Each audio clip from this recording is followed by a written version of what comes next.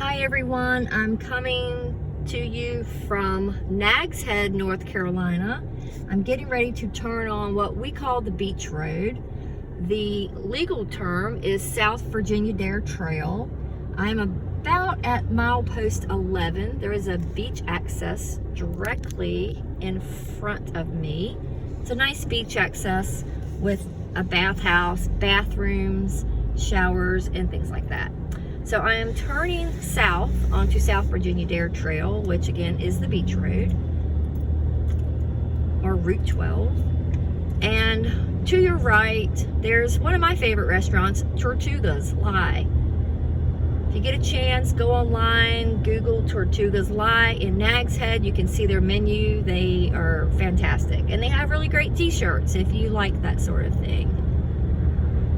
As you see, there's mostly homes in this area, some small ones, some large ones, some old ones, some new ones, and most of them are rental properties, as in weekly rental properties, not year-round. A lot of people think these rental signs are for year-round houses, and they are not. Coming up on your right is Lucky 12 Tavern. We eat there quite often, and they have a wide variety as well. On your left is the Nags Head Fishing Pier, along with the Colonial Inn. Colonial Inn's been there a long time. I've never stayed there, but the Nags Head Fishing Pier. Oh, and let's not forget the Surfing Spoon on your right. They have homemade yogurt there, and the owner, proprietor, is a former world-class surfer. Super nice guy, so if you get a chance, stop in there. Back to Nags Head Fishing Pier. Really good fried seafood if you like that sort of thing. They have salads and other things, but that's a staple of Nags Head. It's been there forever, as long as I can remember anyway. More houses, and we're coming up on Snowbird. Now, as you notice, Snowbird is still closed for this season. This is being filmed in the end of March of 2023, so I'm assuming they are probably going to open before Easter this year, but I'm not 100% positive on that because I thought they would already have their shutters down by now. There are several beach accesses in Nags Head where you can park, but just remember you cannot park along the road here.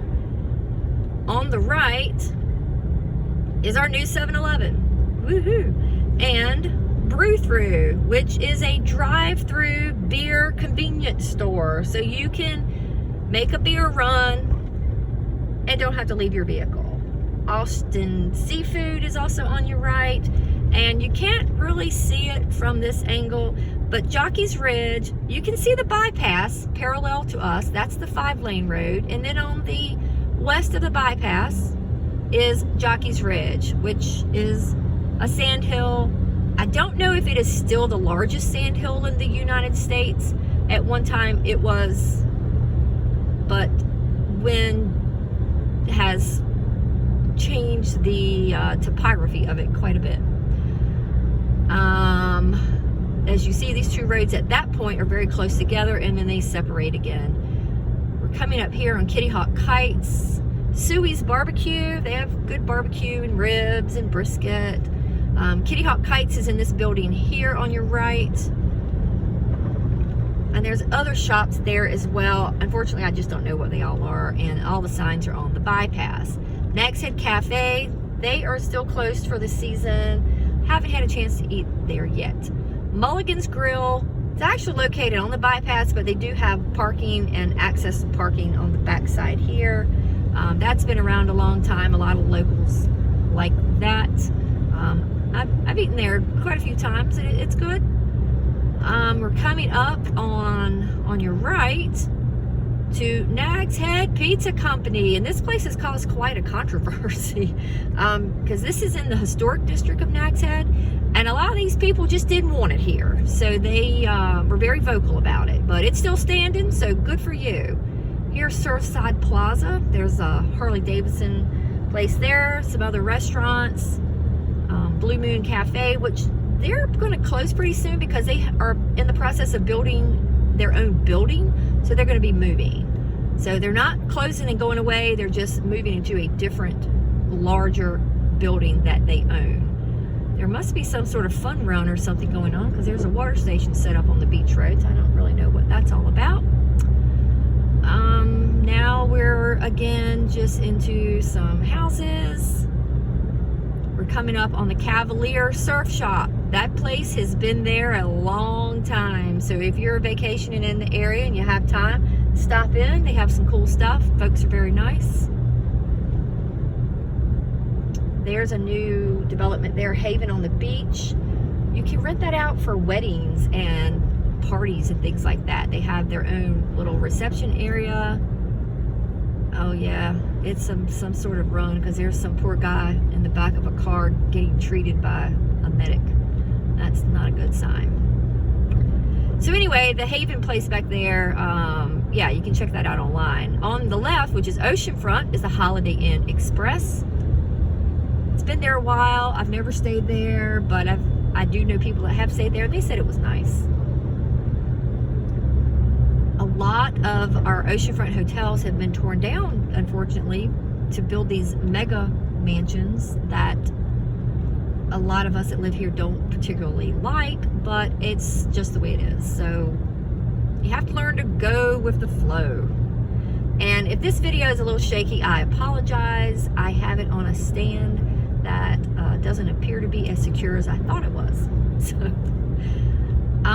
we are coming up where you will see a sign that says 158. 158 is what we call the bypass. It's a 5-lane road. A lot of the commercial stuff is over there, but that is, if you're on the beach road, that's how you would access the hospital. So East Mall Street, you would go there. There's a stoplight. There's a really good Mexican restaurant on the corner called La Fagatas. Across from La Fagatas used to be the Outer Banks Mall, but it's kind of a strip mall now. They have different restaurants and things there, but the hospital would be, you would come to the stoplight and make a right, and there is the Outer Banks Hospital there. There's lots of walk-in places also in Nags Head along the bypass. Town of Nags Head Municipal Center is here on your right, so if you need any sort of beach driving permits or anything like that, when it's available in the off season, you can get those there. I believe that's where you get them at. Or if you are a resident or purchase property here and you need any kind of town stuff, that would be a good place to start. The Windjammer, these are timeshares. They're on your left on the ocean front. We're coming up into the villages of Nags Head, or the village of Nags Head, I think it's what it's called. There's a large clubhouse pool on your right on the ocean front. This is a golf course community. There are some there are some permanent residents that live in this area, but for the most part, it is a rental community. And there's another poor fella sitting on a bench. I don't know what kind of run this is, but gosh, it must be hard, or they just woke up this morning and said, I think I'm gonna go run a half marathon. So I'm not really sure what's going on.